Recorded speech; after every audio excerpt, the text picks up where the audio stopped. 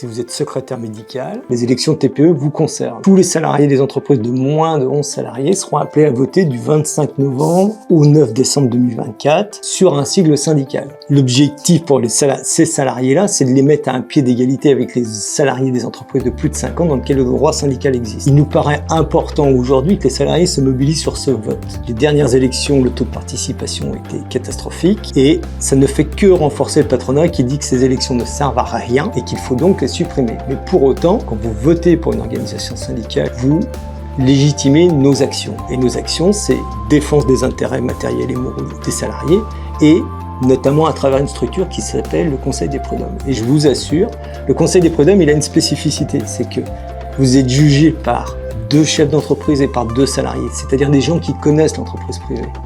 Demain, si on va sur le grand projet européen, vous serez jugé par des magistrats professionnels qui ne connaissent rien du monde du travail et de l'entreprise privée.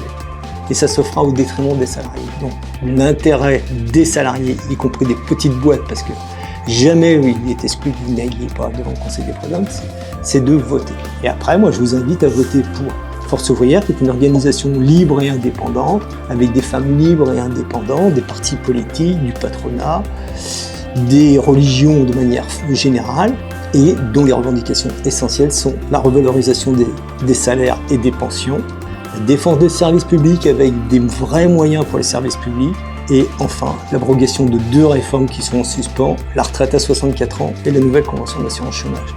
Voilà, et c'est ça l'enjeu pour vous, c'est de défendre vos droits à travers un simple vote.